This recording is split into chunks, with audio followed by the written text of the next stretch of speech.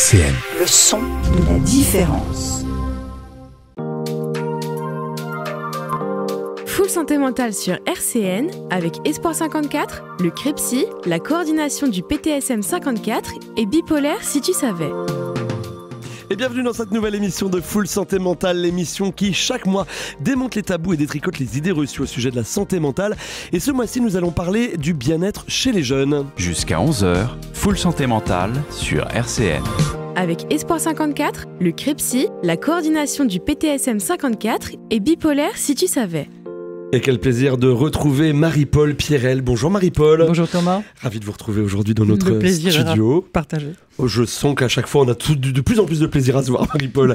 Et je rappelle, Marie-Paul, vous êtes présidente de l'association Bipolaire. Si tu savais, un petit mot sur l'association ? Oui, c'est une association qui a pour but d'informer le grand public sur les troubles bipolaires, parce que tout le monde connaît le mot bipolaire, mais en fait la réalité des personnes qui ont le malheur de vivre avec les troubles bipolaires, c'est quelque chose d'assez compliqué. Et donc notre travail, c'est d'expliquer, parce que le rôle de l'entourage d'une personne touchée est très important. Ce qu'on appelle aussi les aidants. Merci Marie-Paul d'avoir effectivement redit un mot sur l'association qui vient de fêter son anniversaire d'ailleurs. Il y a très peu de temps, les 10 ans de l'association.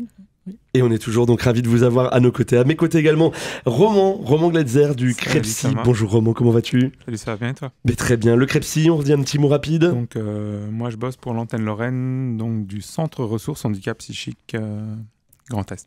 Alors je le disais, aujourd'hui on va parler du bien-être chez les jeunes, un très large sujet, un sujet très actuel également. Et pour ce faire et pour nous accompagner, on a le plaisir d'accueillir à nos côtés Cynthia Glantz. Bonjour Cynthia. Bonjour Thomas. Je me trompe pas dans la prononciation de votre nom ? Non, c'est très bien. Bon, très bien. Vous êtes cadre de santé au CMPEA de Toul. CMPEA, on peut dire c'est un centre médico-psychologique pour enfants et adolescents. Donc on prend en charge tous les enfants ou adolescents qui ont un trouble mental. Très bien, donc vous allez nous accompagner sur cette émission. Et puis également Maxime Lombard, vous êtes cadre de santé transversale, pour pas dire de bêtises, au CPN sur le secteur de Toul et Pont-à-Mousson, c'est bien ça ? Oui, c'est bien ça. Ravi de vous accueillir également. Pareil, donc Merci. j'imagine une mission très transversale. Un petit mot sur votre mission ? Oui, alors voilà, sur le pôle de Pont-à-Mousson et Toul, donc on est plus sur la promotion de la santé mentale, hein, c'est un peu ce qui nous amène aussi ici dans ce cadre. Et mes missions plus spécifiquement, ça va être d'accompagner divers projets, que ce soit des projets d'unité, que ce soit la création de liens avec des partenaires de la ville ou genre de mission. Bon, on est ravis de vous accueillir tous les deux. Je le disais, donc la thématique aujourd'hui, le bien-être et la santé mentale finalement chez les jeunes. Vous le savez, chaque mois pour démarrer cette émission, on est allé interroger les gens dans la rue. 3 questions leur ont été posées. Marie-Paul, c'est vous qui nous donnez la première question. C'était pour vous. Qu'est-ce que le bien-être mental chez les jeunes ? On écoute les réponses tout de suite. Le bien-être mental chez les jeunes, je pense, c'est de voir des amis, de sortir, de ne pas se désociabiliser, de rester chez soi, de ne pas rester sous les écrans, voir des gens, ne pas rester seul, on va dire. Voir des amis, faire des activités, un peu tout ça, quoi. La sérénité. Pour moi, c'est le fait d'avoir confiance en soi, déjà, je trouve que c'est important, et puis de bien gérer les interactions qu'on a avec les autres, parce que c'est pas toujours facile. Ça peut être la météo, ça peut être les relations, des contacts, évidemment, beaucoup de contacts. Autre chose que leur téléphone portable sans arrêt, parce qu'ils sont complètement là-dedans. Bouger, faire des activités que nous on faisait dans le temps, du plein air, des machins qui sont beaucoup plus compris en ville, pourquoi pas. Et puis beaucoup de contacts, quoi, entre eux, avec des adultes, avec tout ça. Il y a peut-être d'autres choses, mais ça ne me vient pas à l'idée pour l'instant. Waouh, très belle question. Le bien-être mental chez les jeunes, je pense que c'est déjà d'être bien entouré, d'avoir des bons amis, une bonne famille sur qui compter. Et je pense que ça passe par un bon quotidien, enfin avoir une belle hygiène de vie pour avoir une belle hygiène de vie. Pour moi, le bien-être mental, c'est pas quelque chose de défini, c'est propre à chacun, mais c'est à partir du moment où la personne est heureuse dans ce qu'elle fait et dans ce qu'elle réalise. Le bien-être mental chez les jeunes, c'est quelqu'un qui se sent bien dans sa vie, qui est à l'aise dans ses études, dans sa famille, et voilà, qui prend du plaisir à vivre, tout simplement. Bon, il y a beaucoup de réponses, des réponses qui peuvent être parfois peut-être un peu stigmatisantes, on en reparlera ensemble. Est-ce que les écrans, par exemple, le téléphone portable, sont des choses qui jouent contre le bien-être et la santé mentale ? Marie-Paul, qu'est-ce qu'on retient de tout ce qu'on entend ? Je voudrais déjà en préambule essayer de rappeler qu'est-ce que c'est les jeunes. Les jeunes, la conception la plus courante, c'est la tranche d'âge 15-24 ans, en tout cas selon l'ONU. Et c'est variable selon les cultures, ça peut durer un petit peu plus longtemps. En tout cas, c'est la transition entre l'enfance et l'âge mûr. C'est la période où on se construit.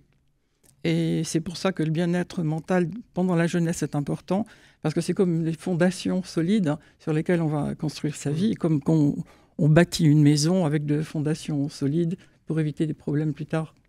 Alors, dans les réponses à la question qu'on vient d'entendre, finalement, on a la description d'une situation idéale, le bien-être mental. On constate que les éléments matériels ne sont pas tellement mentionnés comme facteur de bien-être mental. Au contraire, il y a même des choses qui peuvent être mauvaises pour ça. Par exemple, les réseaux sociaux, fameux réseaux sociaux, et le téléphone portable. Parce qu'ils risquent de favoriser la solitude, qu'il faut éviter, en restant sur les écrans tout le temps, comme dit quelqu'un. Le téléphone portable est vu comme un obstacle, plutôt que comme un facilitateur pour les contacts avec les autres. Ça, c'est finalement le point de vue des personnes qui ont été interrogées. D'après les voix qu'on entend, ce sont peut-être plutôt des adultes. Alors que les relations avec les autres sont vraiment primordiales pour connaître le bien-être mental. C'est ce qui ressort vraiment des réponses entendues. Être bien entouré de famille et d'amis, et même de bons amis sur qui on peut compter, ne pas se désocialiser, avoir beaucoup de contacts, voir des gens de tous les âges et se sentir bien dans sa vie, ses études, bien gérer les relations qu'on a avec les autres, quoi. Il faut être bien dans sa société, quoi. Et les conditions de vie sont importantes aussi. Alors il faut bouger, faire des activités, avoir un bon quotidien, une belle hygiène de vie, être heureux dans ce qu'on fait et qu'on réalise. Moi, j'aime beaucoup cette phrase. Et pour résumer, même si, comme dit une dame qu'on entend, c'est propre à chacun, la définition, il n'y a pas de recette universelle, finalement. En tout cas, il faut avoir de la sérénité, de la confiance en soi, c'est important, et prendre du plaisir à vivre. Finir sur cette expression, c'est super. Au fond, chacun d'entre nous, quel que soit son âge, aimerait pouvoir en bénéficier. On est d'accord. Vous réagirez tout à l'heure, je parle à nos invités, sur ce qu'on a entendu. Évidemment, ça va être la base de notre discussion. La deuxième question qu'on est allé poser aux gens dans la rue. Est-ce que les jeunes vont mieux ou moins bien ? Je pense que les jeunes vont de moins en moins bien, avec toute l'actualité qui peut être assez déprimante. Il y a beaucoup de choses qui font qu'on a des doutes en l'avenir. Et pour moi, je trouve que d'une manière générale, les jeunes vont de moins en moins bien. Moins bien. À cause des réseaux sociaux, il y a plus de suicides chez les jeunes. Je pense qu'ils vont ni mieux ni moins bien. Je pense qu'ils vivent différemment peut-être de mon époque. Mais je pense pas qu'ils soient mieux ou moins bien. C'est différent. Pour moi, ils vont moins bien maintenant, surtout par rapport aux médias, aux informations, parce qu'on est beaucoup plus touché par ce qui se passe dans le monde et on est beaucoup plus informé qu'avant, et donc on est moins dans une sorte de déni et du coup on est plus touché et donc ça va moins bien mentalement. Et ouais, on est plus impacté par tout ce qu'il y a dans le monde et même des problèmes d'adultes qui nous arrivent dessus très rapidement, on va dire. Je pense qu'ils vont un petit peu moins bien, je trouve. Parce que comparé à avant, les jeunes, ils jouaient entre eux, ils sortaient, ils se voyaient entre amis. Maintenant, ils restent que chez eux, sur leur tablette. Je sais pas, même par exemple, quand vous allez quelque part, dans n'importe quel endroit où vous allez manger, on commande plus directement à la personne, directement au comptoir. On est sur des bornes, c'est plus chacun pour soi maintenant. On va dire l'humain, il n'existe plus trop, je trouve. C'est plus comme avant, je trouve. Je pense qu'ils vont mieux. Il y a eu une certaine période, il y a quelques années, où c'était un peu compliqué avec, je pense, tout ce qui est arrivé, Covid, tout ça. Mais là, ça va mieux, je pense. En tant qu'étudiant, là, on sort plus, on est plus ensemble, donc je pense que ça va mieux. Je pense qu'ils vont mieux dans le sens où on y fait plus attention aujourd'hui qu'auparavant. Il y a pas mal de suivi là-dessus. Et du coup, justement, on a l'impression que les jeunes vont moins bien parce que la parole, elle se délie. Et donc, du coup, c'est surtout lié à ça, je pense. Ils sont différents. Parce que moi, j'ai des enfants qui... J'en ai un qui va avoir 40 ans, le deuxième à 34, 35. C'était différent. Maintenant, les jeunes sont beaucoup plus cool, beaucoup plus investis, ils savent ce qu'ils veulent par rapport à nous qui avons travaillé beaucoup plus tôt qu'eux et qui subissons un peu. Maintenant, les jeunes veulent plus se laisser faire, ils veulent d'autres choses, une autre vie. Et ça, c'est formidable. Ça, ils se battent et c'est bien. Mais bon, il y a le côté négatif aussi, c'est qu'on ne sait pas trop où on va dans ce monde-là et qu'il y a peut-être des choses qui vont encore changer à leur niveau et qui seront plus ou moins bonnes. Du positif et du négatif, malheureusement. Mais bon, on se souhaite un bel avenir. Plus bel avenir. Alors j'ai l'impression quand j'écoute là que l'impact de ce qui nous entoure, de la société, a un rôle sur le mieux ou moins bien de l'état de la santé mentale chez les jeunes. Oui, alors ça c'est sûr, hein, mais j'ai pas pu tout aborder dans mon débrief parce qu'il y a beaucoup de choses, mais j'en aborde déjà pas mal. Donc ce qui est intéressant de cette question de savoir si les jeunes vont moins bien ou mieux, les réponses sont très variées. Hein. Il y a 4 personnes qui nous disent moins bien, une interviewée qui nous dit ni mieux ni bien, 2 autres qui disent mieux et une qui dit que c'est différent de nous. Bref. Mais une des raisons apportées par les enquêtés serait, comme tu dis Thomas, l'actualité, les médias. Surtout car anxiogène et aussi en accès direct maintenant sur tous les téléphones. Hein. Oui. Donc quel que soit l'endroit où on se trouve d'ailleurs. Donc quid des réseaux sociaux et de leur cortège de nouvelles pouvant être stressantes pour les jeunes qui les consultent. Avec là aussi également le problème des fausses informations. Mais bon, ça touche tout le monde, hein. C'est pas que les jeunes. Ce qui impacterait les jeunes seraient les problèmes d'adultes qui généreraient de l'angoisse, comme l'éco-anxiété, qui d'après Raptor Neuropsy représenterait bon nombre de jeunes. Aux États-Unis, selon Raptor Neuropsy, 70% des personnes ont rapporté être inquiètes face aux dérèglements climatiques et 60% expriment une impuissance face à ce phénomène. Aussi, la moitié des adolescents américains évoquent de la peur, de la colère. Leur souhait serait que les écoles s'investissent plus sur cette thématique. Donc face à cette épée de Damoclès au-dessus de leur tête, c'est un avenir quand même très incertain qui les entoure, même à court terme, hein, nous dit une autre personne. Une autre chose abordée, c'est le suicide des jeunes, qui est évoqué comme allant en augmentation selon une interviewée. Mais je suis allé voir les chiffres de l'adresse et apparemment, c'est pas si clair que ça. D'après l'adresse, du coup, chez les jeunes, le suicide constitue la 2e cause de mortalité, mais c'est aussi la tranche d'âge dont le taux de suicide est le moins élevé, 2,7 pour 100 000 chez les moins de 25 ans, contre 13,3 pour l'ensemble de la population. Ah, en effet, oui. Et c'est des chiffres du 25 février 2025, donc c'est très actuel. Et par contre, il est 4 fois moins élevé qu'en population. Il est donc parfois 4 fois moins élevé qu'en population générale, cela toujours selon l'adresse, bien que les jeunes femmes demeurent la population chez qui le taux de suicide est le plus faible, bien qu'il ait augmenté de près de 40% entre 2020 et 2022. Donc il a beau être très faible chez les jeunes, mais chez les jeunes femmes, ça explose, hein, mais ça reste toujours marginal par rapport à la population générale. Donc le Covid étant passé par là, donc on peut se poser cette question-là, hein, bien sûr. Mais une autre personne, manifestement quelqu'un d'assez jeune, nous dit que la cohorte de jeunes, ici des étudiants, je pense, qui ont été interviewés, nous dit qu'ils vont mieux, qu'ils sortent davantage, qu'ils sont plus ensemble, qu'ils se voient plus, etc. Donc les jeunes ont, à mon avis, une résilience quand même assez forte, hein, parce qu'après Covid, c'était très dur pour eux. Et là, certains interviewés nous disent, bah voilà, ça va mieux quand même, manifestement. On ressort, on retrouve les amis. Alors, il était aussi évoqué un biais. Donc, on ferait plus attention à la santé mentale des jeunes qu'avant Covid, parce que la parole se délie, donc une visibilité plus présente sur la santé psychique des jeunes. Peut-être qu'elle allait peut-être pas très bien non plus avant. Oui. Et maintenant, on en parle. Voilà, on en parle. C'est devenu dans le langage courant, quoi, dans les médias. Et donc, pour certains, ça va mieux. Pour d'autres, ça va moins bien. Et enfin, statu quo pour les autres. Peut-être que de voir de quel côté on se place, que ce soit de la place des jeunes eux-mêmes, des parents actuels de ces jeunes ou des parents de ces parents, eh ben, on peut dire que ça dépend vraiment du prisme et du côté où on observe les choses, hein, avec tout de même un avenir pour le moins incertain pour lié à tout ce qui nous entoure. On l'entend beaucoup. Voilà. Merci Roman. Je vous propose qu'on écoute maintenant la 3e question et les réponses à la 3e question qu'on est allé poser aux gens dans la rue, Marie-Paul. La 3e question, c'était de demander aux gens, alors pour ceux qui ne vont pas très bien, pour les jeunes qui ne vont pas très bien, de quoi ont-ils besoin pour aller mieux selon vous? De quoi ont-ils besoin? Sortir, voir du monde. Le côté humain, beaucoup le côté humain. Il n'y a pas que les jeunes, même les gens d'un certain âge, il n'y a plus de sourire, les gens ils regardent droit devant eux, ils regardent par terre. Il n'y a plus trop l'humanisme qu'il y avait avant, je trouve. L'humanité, je ne sais plus comment on dit, mais voilà. Vous m'avez compris, quoi. Avoir plus d'amis, être plus dans la réalité, sortir, se rencontrer et pas être juste sur les réseaux. Peut-être davantage de prévention sur tous les risques justement liés aux réseaux sociaux, à cette pression que les réseaux peuvent mettre.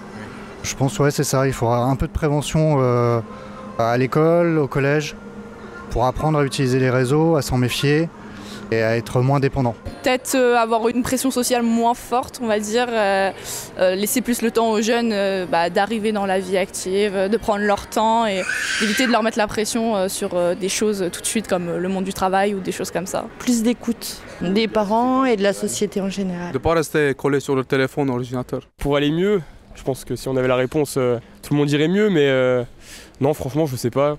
Je dirais c'est peut-être d'avoir une vision plus claire de l'avenir pour mieux appréhender les choses et peut-être moins avoir peur du futur.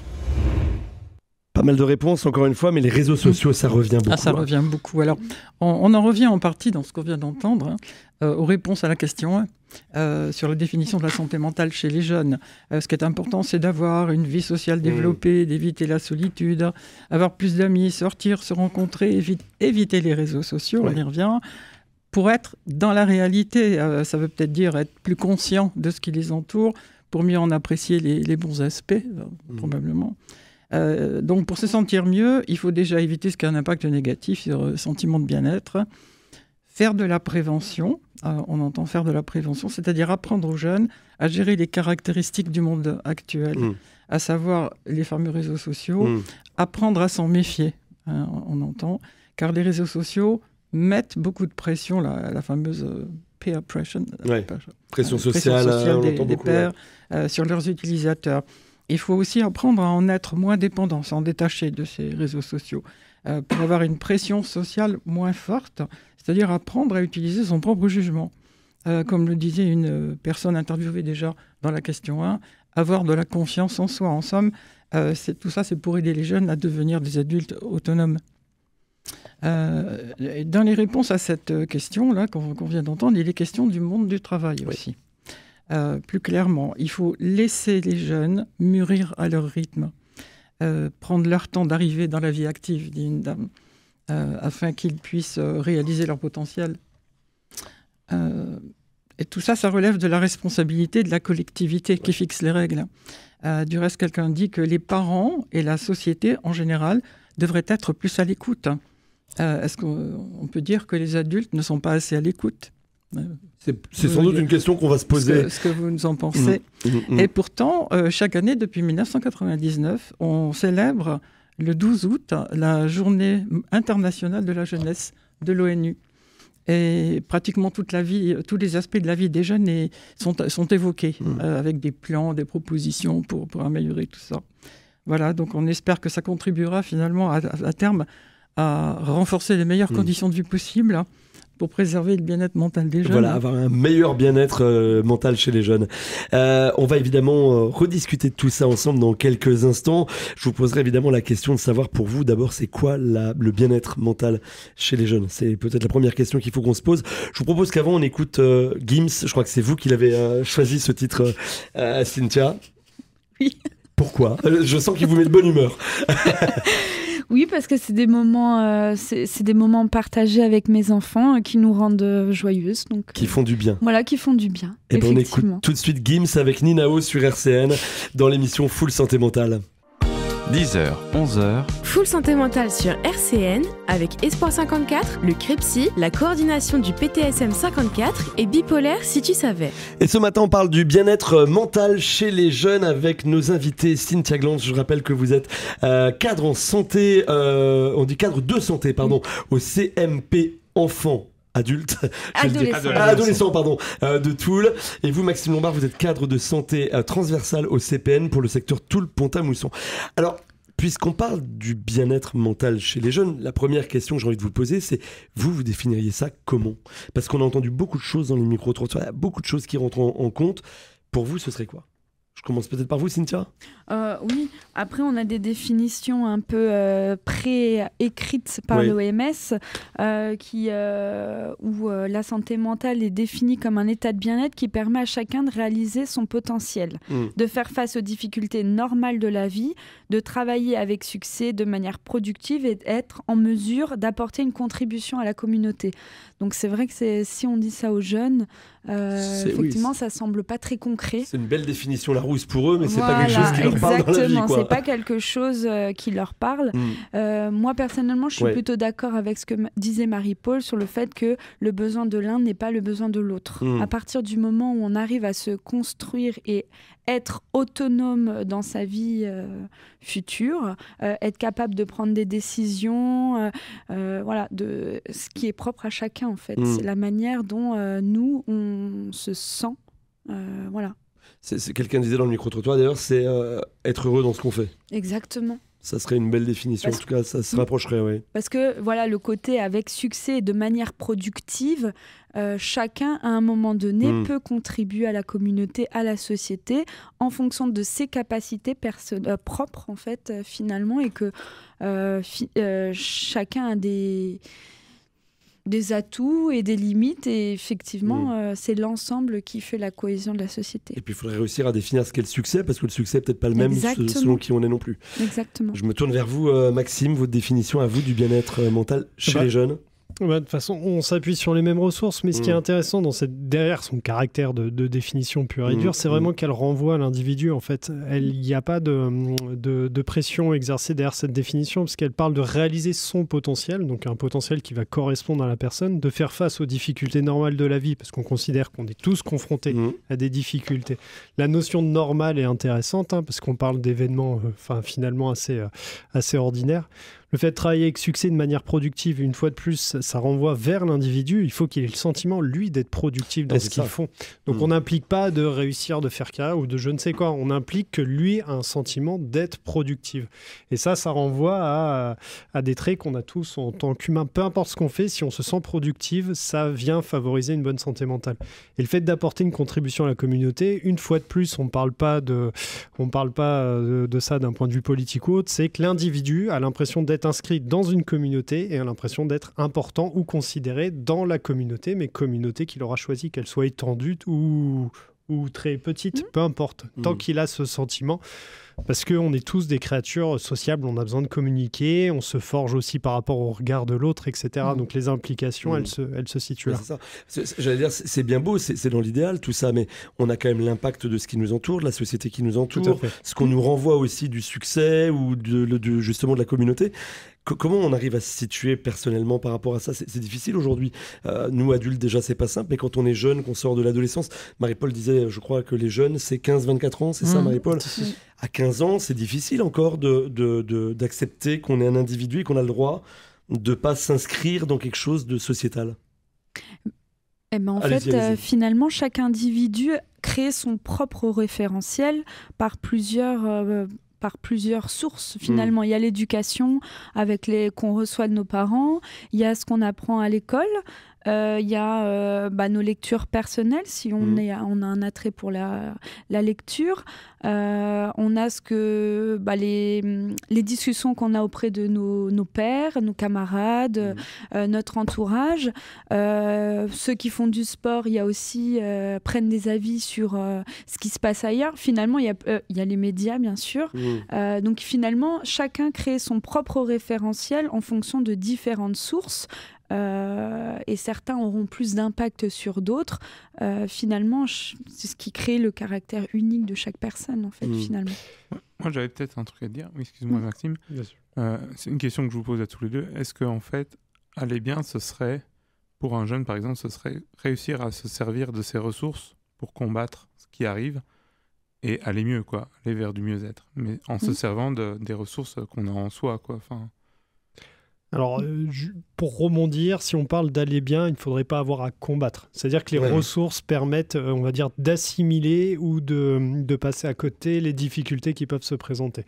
Parce qu'on sera tous soumis à des difficultés. Après, ce qui fait qu'on s'en sort plus ou moins bien, c'est notre capacité, effectivement, à y faire face à un instant clé. À partir du moment où on considère qu'on est dans un combat, c'est que déjà, il y a un impact stressant qui peut s'inscrire dans un temps long, etc.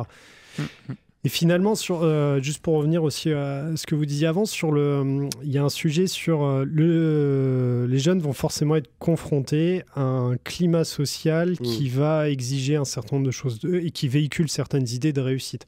Si dans la définition du bien-être, on renvoie sur l'individu, c'est pas forcément ce que véhicule la société. On est encore dans des schémas, il faut que tu fasses carrière, que tu gagnes de l'argent pour être bien.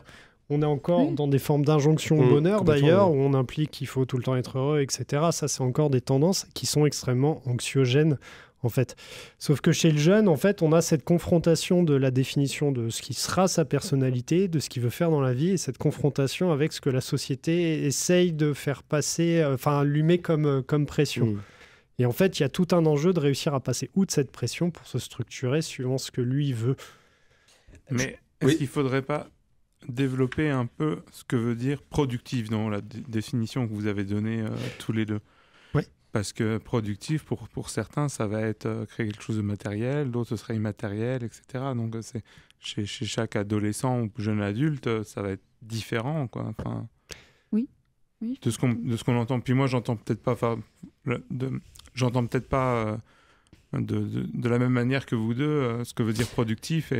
Mais c'est comme la réussite, c'est pareil, le succès, la réussite, tout le monde l'entend pas de la même manière. Ça rejoint un peu ce que vous disiez, je crois, Cynthia, de dire et puis vous aussi, Maxime, c'est de dire qu'il faut l'individualiser finalement. Exactement. On a des ressources externes et après, nous, on individualise, on intériorise et on crée notre propre référentiel qui nous sert à prendre ensuite des décisions, à faire face aux difficultés de la vie. Une difficulté que je peux rencontrer ne sera peut-être pas une difficulté pour mon collègue. Je veux dire, chacun, face à une même situation, ne réagira pas de la même manière. Je voudrais qu'on revienne un petit peu justement sur l'impact sociétal. On a beaucoup entendu parler des réseaux sociaux, de l'impact de l'écran. Aujourd'hui, vous qui êtes professionnel, qui intervenez auprès de ces publics-là, est-ce que vous voyez qu'il y a une évolution dans la jeunesse liée à ces réseaux sociaux, à ces écrans? Alors, oui, effectivement, que ce soit chez les enfants ou les adolescents, on voit qu'ils sont de plus exposés aux écrans de manière directe ou indirecte, puisque notre société a évolué vers les écrans. Finalement, maintenant, on fait tout sur téléphone, sur Internet. Même regarder nos impôts, on ne fait plus les impôts sur le papier. La société a évolué, n'a pas pris en compte les facilités ou les difficultés de la population, parce que finalement, les jeunes ont peut-être plus de facilité à manipuler ces outils-là, et des personnes âgées qui se retrouvent complètement démunies parce qu'ils n'ont pas appris à évoluer aussi vite que la société. On peut donner l'exemple des relevés de remboursement de soins de santé qui sont de plus en plus dématérialisés. Et quand vous êtes une dame très âgée, sans aucun accès à Internet, etc., comment vous faites pour savoir? C'est pas prévu du tout. On passe en force là-dessus. C'est ça. Est-ce que les jeunes, par contre, ne seraient pas plus vulnérables que les personnes adultes face aux écrans? En fait, à mon sens, il faut aussi voir comment ça a évolué. Ça veut dire que je pense pas être si âgé que ça. Mais l'air de rien, je me suis toujours dit, quand je dirai à ma fille que j'ai connu un monde sans Internet, elle me verra comme un vrai dinosaure. Parce que finalement, ces évolutions, elles ont eu sur un temps très court, auquel on n'a pas forcément eu le temps de s'adapter. Les réseaux sociaux, pour citer l'un des plus vieux, donc maintenant, mais Facebook, etc., sont arrivés avant que... Et les jeunes s'en sont saisis très vite, bien avant que les adultes comprennent un peu leur code ou leur fonctionnement. C'est-à-dire qu'il n'y a pas forcément une régulation a posteriori ou de préparation. Et ça a profondément changé aussi la manière dont on fonctionne, mais pas que les jeunes, les adultes aussi, parce qu'en même temps que les réseaux sociaux, il y a eu donc les avancées d'Internet, la notion d'immédiateté de l'information qui a dérivé vers on ne cherche plus que de l'information courte, là où avant on achetait des journaux, etc. Et en fait, c'est les réseaux sociaux, c'est tout ça qui a profondément changé la manière aussi dont la société se comporte maintenant. Et ce qui se passe, c'est que personne n'y a été préparé à ces avancées technologiques. Donc, elles n'ont pas été anticipées ni pensées d'un point de vue aussi impact quelque part psychologique. Ça a été plus un effet de mode, comme un effet de mode, toujours aller vers la mode. Et avec une accélération, est-ce qu'il n'y a pas une accélération aussi au moment du Covid? Parce qu'effectivement, d'un seul coup, beaucoup de choses ne peuvent plus se faire que par l'écran. Et on entend dans le micro-trottoir quelqu'un qui dit à un moment donné, même pour passer commande dans un restaurant aujourd'hui, on passe presque plus commande à quelqu'un de physique, mais à son téléphone. C'est ça. Ah oui. Le lien social, fondamentalement, il a été impacté pour tout le monde, qu'on soit jeune, petit, grand, âgé. Le lien social, il est forcément perturbé. Mais est-ce que les codes n'ont pas été finalement plus durs à assimiler par les jeunes qui finalement, quelque part, n'ont pas connu, je vous paraphrase Maxime, mais qui n'ont pas connu l'époque des dinosaures où on n'avait pas d'internet, pas d'écran, et donc quelque part on peut se positionner aussi par rapport à cette période-là, alors que pas, en fait pas.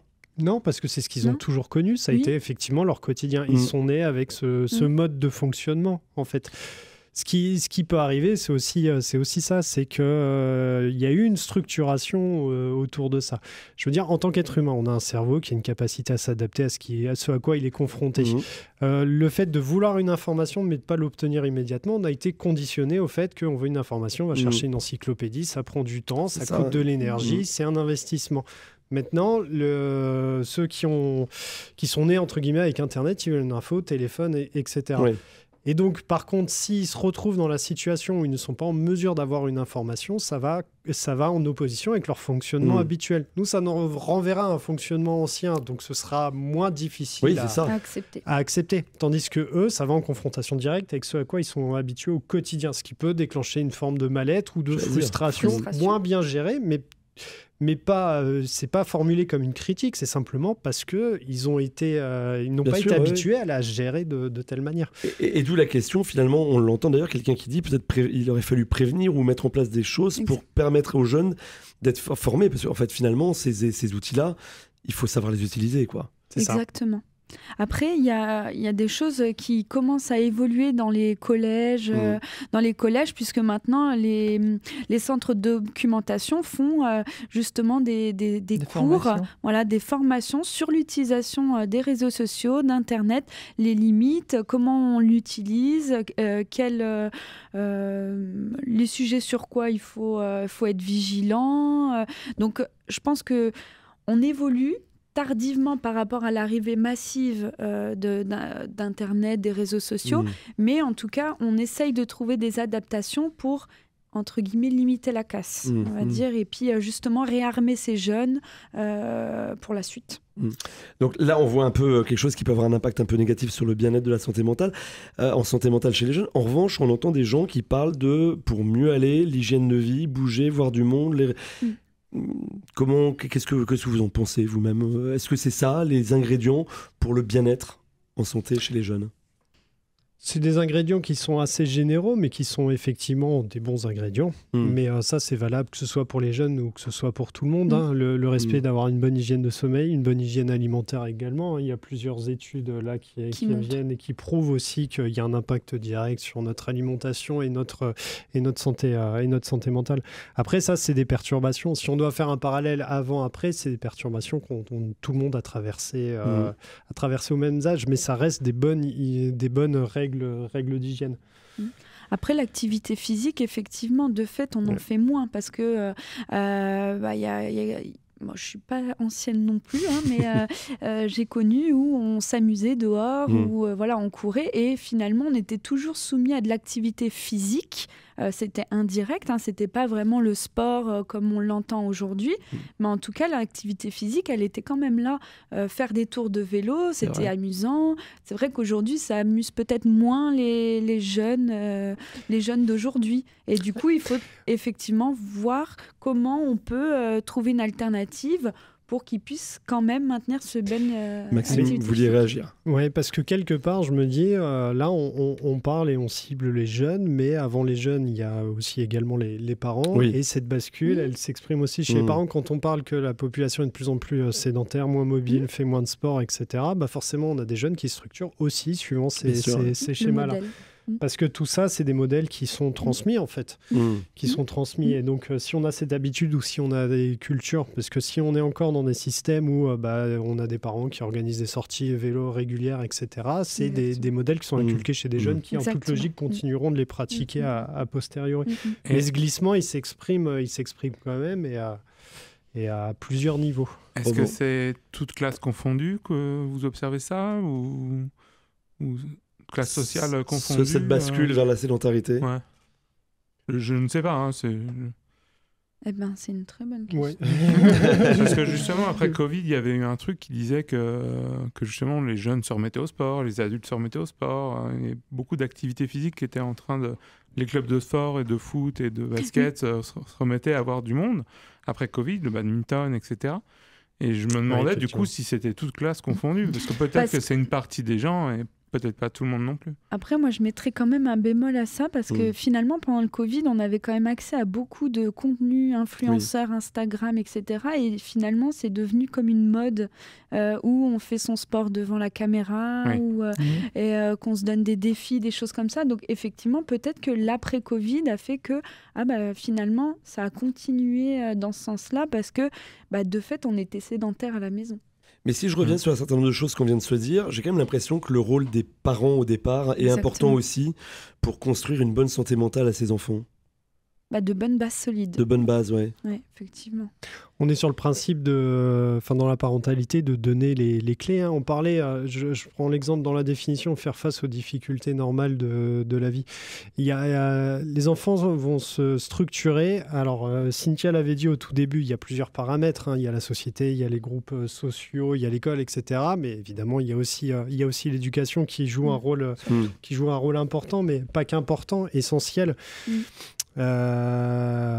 Sans vouloir être à l'enfance, un bébé qui naît, c'est un paquet de neurones. Un paquet de neurones qui ne demandent qu'à être développés. C'est-à-dire que les bébés ont beaucoup plus de neurones que nous et en fait, en fonction de ce qui est stimulé ou sollicité, ils vont faire du tri. Développer certains réseaux, en supprimer d'autres parce qu'ils ne sont pas sollicités. Et toute la période de l'éducation et de l'enfance contribue à développer en fait ces fonctionnements cérébraux. Et donc ils se développent comment ? Parce qu'on a des zones qui sont stimulées par mimétisme, en observant, etc. Donc c'est là que l'éducation joue un rôle majeur parce que tout l'apprentissage passe par là. C'est pour ça que je revenais sur les parents qui font du sport ou quand on dit que les jeunes maintenant ne lisent plus, mais ils ont aussi des parents qui sont sur leur téléphone portable. Oui, c'est vrai. Donc pourquoi ils se mettraient à lire alors que ça n'a jamais été induit comme une espèce de logique, etc. Et du coup, cette capacité à affronter les problèmes, normalement, à un moment donné, elle est aussi inculquée par les parents qui doivent apporter ce côté de là, tu as une problématique. En gros, tu as deux choix. Soit tu te mets à stresser et tu paniques, soit tu essayes d'analyser rationnellement la situation et tu envisages les possibilités. Et ça, c'est un développement qui a lieu pendant toute l'enfance, l'adolescence, au quotidien, jusqu'à arriver à l'âge adulte où on a une construction de pensée en réponse. Alors, c'est pas simple d'être parent quand même aujourd'hui. Je veux pas stigmatiser. D'autant que est-ce que c'est plus difficile aujourd'hui d'être parent qu'il y a quelques années encore en arrière, peut-être avant Covid, peut-être avant les écrans. Et puis surtout, qu'est-ce qu'on peut faire pour accompagner les parents à justement faire grandir leurs enfants avec les bases qui sont solides et qui leur permettront de développer un bien-être mental ? Forcément, il y a un impact parce qu'effectivement, je dis toujours à l'époque, ça peut être il y a 10 ans comme ça peut être il y a 50 ans. La vie, elle coûtait aussi moins cher. Donc effectivement, les femmes pouvaient rester à la maison pour se consacrer à l'éducation des enfants et mener un ménage, faire aussi de l'éducation à la maison, etc. Et aujourd'hui, finalement, pour subvenir aux besoins de la famille, il faut que les parents travaillent. Donc après, les femmes aussi aujourd'hui travaillent parce qu'il y a des évolutions sociétales, on est reconnu différemment. Aussi, et il y a aussi le lien social qui est très important pour se construire aussi. Mais effectivement, avant, on avait le choix. Maintenant, avec le coût de la vie qui augmente, on se dit que c'est un peu une nécessité et on est toujours pressé par le temps. En fait, on a l'impression d'avoir 50 millions de choses à faire tout le temps et finalement, on va peut-être plus facilement à la facilité, plus par moment que d'autres. Mais en tout cas, on a quand même un rôle important en tant que parent de créer, je parle toujours de référentiel parce que c'est vraiment propre à l'individu, il prend vraiment les ressources qu'il a à disposition et il se crée sa propre image. Et effectivement, en fonction on pourrait prendre plus... Le seul conseil qu'on peut donner aux parents, c'est prendre peut-être plus le temps d'écouter, d'analyser les choses et pas toujours aller donner la solution directement pour que l'enfant ait le temps d'analyser par lui-même et justement solliciter ses propres ressources pour trouver des solutions. Et créer des schémas de résolution de problématiques. Comme il parlait tout à l'heure par rapport au micro-trottoir sur le métier, finalement, effectivement, il faut leur laisser le temps de découvrir le monde et savoir... On va en reparler dans un instant justement de ça, si vous voulez bien. On va y revenir dans quelques minutes. Ce que je vous propose, c'est que là, on va écouter le titre de Linkin Park que vous avez choisi, Maxime. Dites-moi un petit mot sur ce titre. Je l'ai choisi. Bon, déjà, il passe beaucoup alors en ce moment et je l'écoutais dans la voiture juste avant d'arriver. Mais je trouve qu'il y a une énergie qui s'en dégage, une fougue, une espèce d'aller vers l'avant comme ça. Et je le trouvais ça très entraînant. Et on écoute Linkin Park maintenant dans Full Santé Mentale sur RCN. Jusqu'à 11h, Full Santé Mentale sur RCN. Avec Espoir 54, le CREPSI, la coordination du PTSM 54 et Bipolaire si tu savais. Et toujours en présence de Cynthia Glanz, qui est cadre de santé au CMPEA, donc enfant adolescent de Toul, et Maxime Lombard, cadre de santé transversal au CPN pour le secteur de Toul-Pont-à-Mousson. Alors, depuis tout à l'heure, on aborde ensemble le sujet du bien-être en santé mentale chez les jeunes. Il y a une question, évidemment, on ne peut pas passer à côté de cette question. Il y a eu la période Covid et on entend beaucoup que cette période Covid, elle a fait du mal aux jeunes. Est-ce que vous, de votre point de vue, les choses ont beaucoup changé? Est-ce que les jeunes vont moins bien? Est-ce que leur bien-être en santé mentale est impacté par cette période-là? Ou est-ce que vous avez l'impression que globalement, ça n'a pas finalement changé grand-chose? Cynthia. Alors en fait, il y a une étude qui a été menée par la Sécurité sociale, le site Amélie. C'était l'étude Mentalo qui a été faite en 2022. Et finalement, moi-même, j'ai été étonnée des chiffres parce qu'on peint toujours un côté négatif au fait les jeunes vont pas bien, les jeunes vont pas bien. Et puis finalement, quand on voit les résultats, on est plutôt étonné. Il y a 86% des collégiens, 83% de lycéens se sont déclarés en excellente et en bonne santé. Ah oui, donc ça reste un chiffre très élevé. Ouais. Oui, avec une proportion de 90% pour les garçons et 80% pour les filles. D'accord. Donc de manière générale, les garçons perçoivent quand même plus positivement leur état de santé. Après, sur ce pourcentage qui vont moins bien, ce qui en ressort, c'est surtout le sentiment de solitude, la difficulté à s'endormir, la nervosité, l'irritabilité, des symptômes dépressifs et quelques comportements suicidaires aussi. Ouais. Le suicide chez les jeunes, on en parlait tout à l'heure, Roman nous donnait des chiffres et a priori sont plutôt des chiffres rassurants. Tu veux que je rappelle? Oui, et puis vous nous dire aussi de votre côté en tant que professionnel, quelle évolution vous y voyez ou pas. Redonne des chiffres, en gros, Roman. il est 4 fois moins élevé chez les jeunes qu'en population générale, c'est-à-dire 2,7 pour 100 000 chez les moins de 25 ans, contre 13,3 pour l'ensemble de la population. D'accord. Est-ce que, de ce point de vue-là, vous pensez que les choses sont relativement stables ou est-ce que vous voyez une évolution liée peut-être aux impacts? Et on peut en reparler, des impacts, on entend beaucoup les crises qu'il y a autour de nous, on le voit dans les médias, on le voit sur son téléphone portable. Est-ce que ça a un impact sur un mal-être et qui peut amener jusqu'au suicide? Après, chez les femmes, les jeunes femmes, c'est plus important. Plus 40% entre 2020 et 2022. Donc c'est à relativiser quand même. En fait, de manière générale, on a plus de tentatives de suicide chez les jeunes, mais moins de suicides. Parce que quand on parle de suicide, c'est un suicide abouti, donc qui est arrivé à son terme. Et c'est vrai que les jeunes sont beaucoup plus confrontés. C'est la tranche où il y a le plus de tentatives. D'accord. Mais la tranche où il y a le plus de suicides, il me semble, c'est au-delà de 45 ans. De mémoire. Donc non, on est sur des chiffres a priori qui restent un peu stables, bien que toujours inquiétants. En fait, il y a le véritable enjeu derrière, c'est que le suicide a toujours été un enjeu majeur, mais étant un sujet tabou, on en parle finalement très peu. De manière générale, le suicide, c'est 10 000 décès par an. Ce qui est quand même considérable. Voilà, si on compare face aux accidents de la route, on est à 3500, je crois, maintenant, et on est parti de 17 000 avant qu'il y ait toutes les campagnes de prévention. Donc ça montre que s'il y avait un engagement similaire, on pourrait sans doute réduire ces chiffres. Voilà, maintenant, pour relativiser, chez les jeunes, on est plus chez des tentatives qui sont des expressions d'un mal-être. C'est-à-dire que le suicide n'est pas la finalité recherchée, mais c'est plus le besoin d'exprimer une émotion. Ou d'échapper à un sentiment de mal-être difficile. Ou d'échapper à un sentiment qui semble insurmontable. Et ça refait lien avec ce que je disais plus tôt sur être confronté à des difficultés.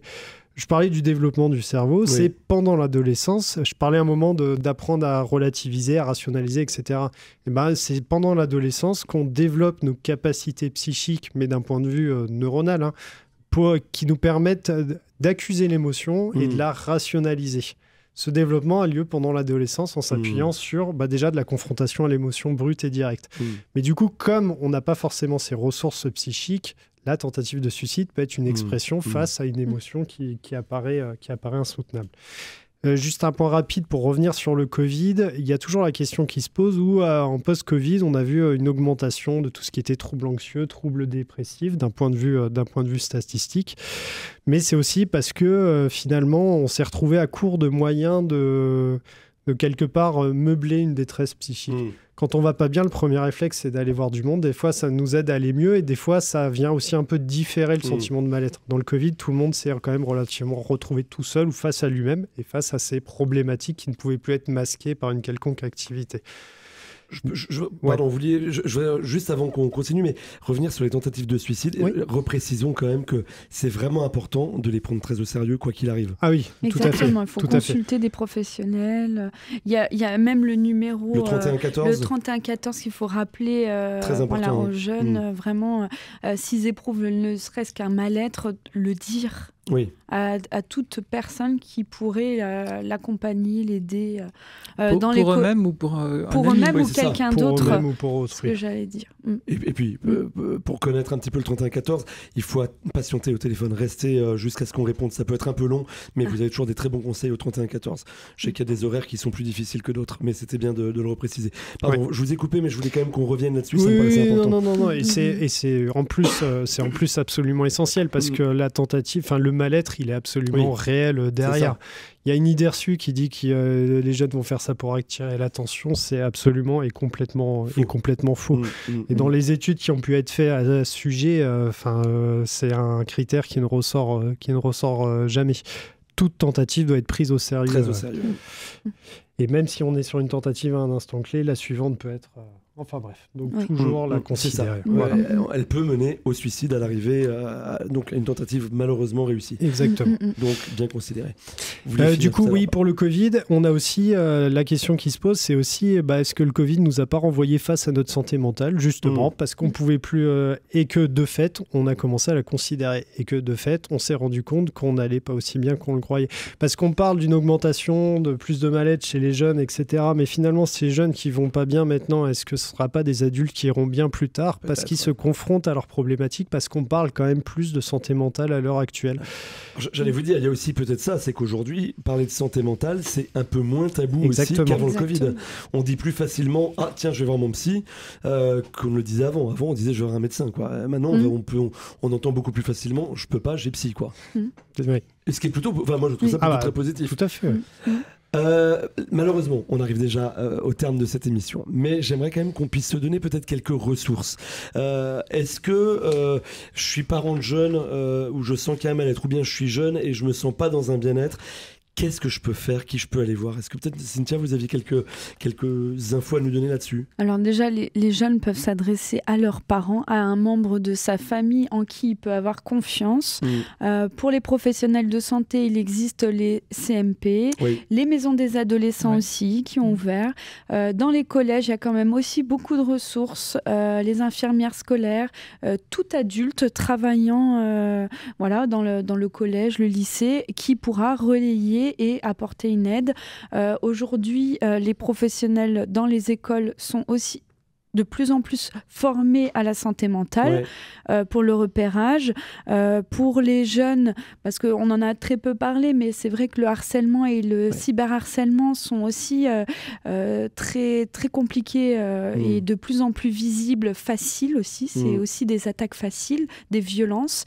Et les écoles, l'éducation nationale réagit beaucoup, puisqu'il y a les programmes phares. Voilà, il y a beaucoup de prévention qui se développe. Voilà, il nous a fallu du temps pour nous adapter après le Covid. On a, comme disait Maxime, on s'est recentré un peu sur la santé mentale de tout le monde et finalement, maintenant, on cherche des alternatives.